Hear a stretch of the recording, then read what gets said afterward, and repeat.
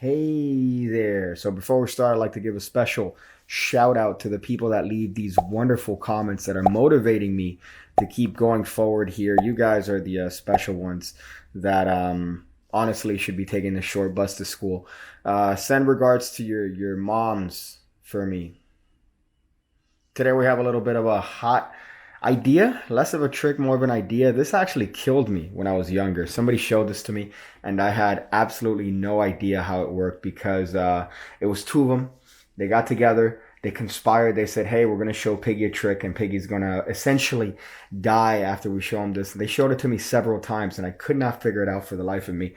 But it turns out afterwards, after some coercing, maybe some nefarious sexual activity, they told me how to do it.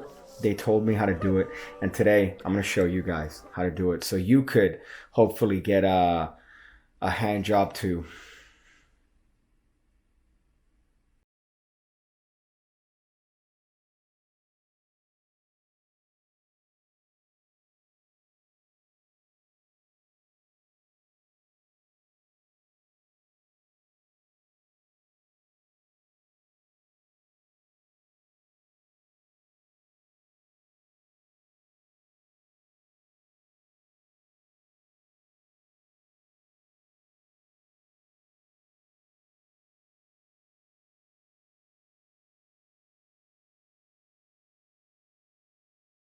Someone also left a comment having the audacity to say, hey, I'm tired of you using these cards. You need to stop using these cards. I'm really getting sick and tired. I'm getting sick and tired of seeing you use these playing cards. So you know what? Just for you, man, I'm going to use a different deck. I'm going to use this deck. I'm going to use this deck. Just for you. So this is a what's known in the business as a two-person code. This is a two-person code trick. So you do need an accomplice. This is one of those tricks that requires that. But if you have this in the back of your head and an accomplice that well knows the actual method, you're gonna have a trick that's gonna be very fooling, and it's going to pretty much murder every person that you show this to. So first things first, you need a borrowed shuffle deck. It has to be borrowed because that's what the ad copies tell me. So therefore, that's what you have to have. You have to have a borrowed deck. Magic marketing at its best here. So this is a mixed deck, and this is the part where the spectator, happens to show you their strength when it comes to being able to bend playing cards. I don't know if you've ever given a spectator the deck to shuffle, but when you get it back, it looks like a I don't know, a mangled mess. It looks like a small tree monkey sucking on a nipple covered in chocolate dip. It's horrendous. But case in point, you have them mix up the cards, and here you're going to deal out, actually, we'll start with 3 cards. This is simple. This is simple enough. We'll start with 3 cards. Sir, what I'm going to do is I'm gonna look away. All right, so I'm gonna look away. What I want you to do is I want you to just point to any card you want while I'm looking away. Make sure that my eyes are covered. Make sure that I'm not looking at anything, but I want you to go ahead and point to any card when I look away. Go ahead. Let's do that. So I'm turned away, and the spectator happens to point to the Queen of Spades. They do it very silently. So they point to the Queen of Spades, and here, when I turn around, very simply, I could just immediately reach and grab the Queen of Spades and tell them that that's the card they picked. Or if you want to add a little bit of pizzazz to it, you could, wave your hand over each one and say, oh, I get the feeling there's a little bit of warmth over this one.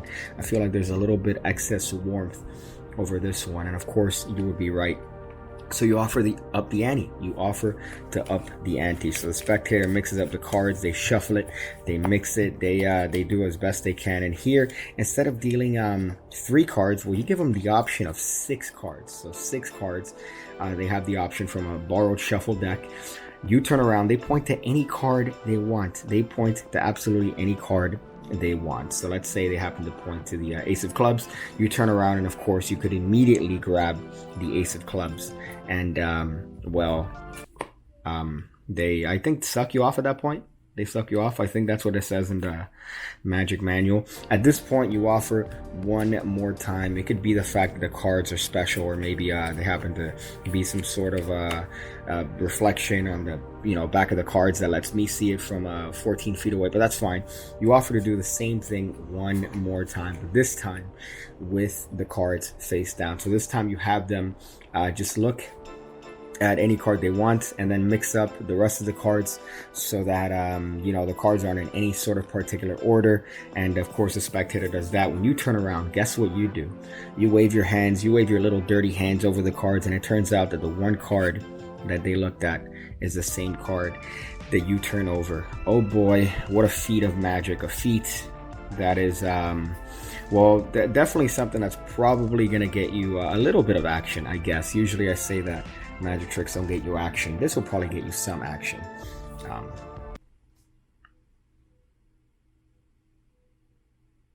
Hey there, do you guys know about the Pigcake Magic Academy? Oh no, what? It's 2 new videos every single week going over card stuff, going over coin stuff from a beginner all the way to expert level stuff. It's $5 a month. What's $5 a month, huh? You guys tell me. It's nothing. You could go $5 a month without buying your dick-shaped a little bit of a knife here with a penis imprint. You could go 1 month without buying one of those knives just to support your boy here and learn some hot magic. There are over 250 videos already, and you get access to the moment you sign on. What? Huh? Who would do that? I did. You should check it out, Pigcake Magic Academy. Oh boy.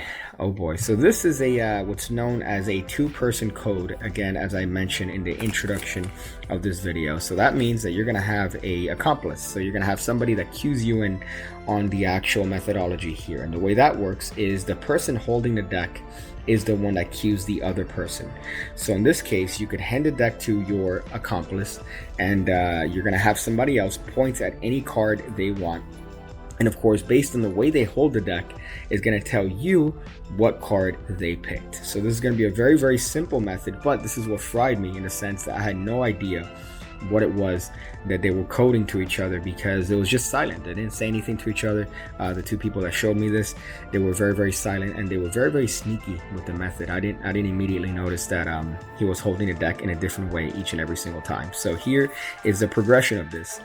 Firstly, you're going to have the deck mixed. Then you're going to hand it to your partner, the person that's going to cue you as to the location of the cards. You're going to have them deal, so that you're not touching the cards. You're going to have them deal 3 cards face up onto the table. Now here, you're going to turn around and you're going to have a different participant point to any card they want. So let's say they happen to point here at the 7 of spades.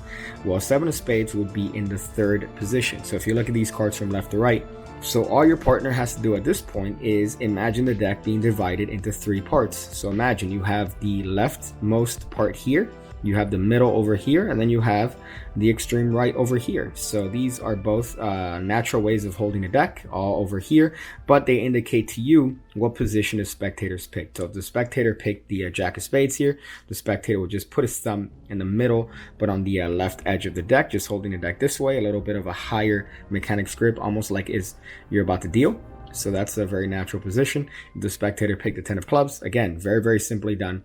You are just putting your thumb in the middle of the cards. If the spectator happened to pick the 7 of spades, well, you are stretching your thumb over the length of the cards. So it's a very, very simple, discrete action. You're not making any sort of attempt to hide it. You're not making any sort of attempt to highlight it. But you see what it does is that it allows you to cue where the location of the card is. So in this case, the location of the card is over here, and the spectator is cueing you that way. So the second part, it's a little bit of progression here, because you've gone from 3, now you're going to escalate it, you're going to go to 6. So in this case, the spectator or your buddy is going to deal 6 cards onto the table. Now notice each card represents a number. So in this case, 1, 2, 3, 4, 5, 6. So you've dealt 6 cards on the table. Each card is going to correspond, each position rather is going to correspond to a number. So in this case, you have 6 cards out, and you have 6 spots in the back of the deck that could be potentially cued to tell the participant what card they picked. So here is the first one. So assuming that this is 1, 2, 3, 4, 5, 6, this is number 1. Number 1 is indicated by me putting my thumb on the top left corner of the deck. Number 2 would be indicated by me putting my thumb on the upper middle corner of the deck. And then lastly, number 3 will be indicated by me putting my thumb on the upper right corner of the deck. So you notice that 1, 2, 3, very, very simply done. Now here you could play around with the other ones. The other ones you could either go back to the same ones. So here would be the 4th one. Here would be 5th. And then lastly, here would be 6, much like we discussed in the first part, where the spectator is going to name 3 cards. But here we've expanded up to 6 cards. Now, if you haven't realized that, you can actually expand this all the way to 9 cards just based on the positioning of the deck. So in this case, 1, 2, 3, 4, 5, 6, 7, 8, and 9 could correspond to different positions based on the cards on the table. So it's a very, very simple action to do. You just have the spectator place their thumb in the corresponding part. If you have them doing this way looks a lot better. If they're just holding a deck like this, if they're holding a deck like this, or if they're holding a deck like this, it can indicate to you what position out of 9 they chose. So this is not just limited to 6 cards. This could also work very easily with 9. But in this case, you see how you could code whichever one they picked based on the thumb position on the back of the cards, even up to 9. So this is the second phase where they happen to point at whichever card. You turn around, you happen to read the mind of the spectator. You come back and you say, oh, I'm getting some thoughts. You're thinking of your neighbor. You should really stop thinking of your neighbor because he has a wife, you sicko.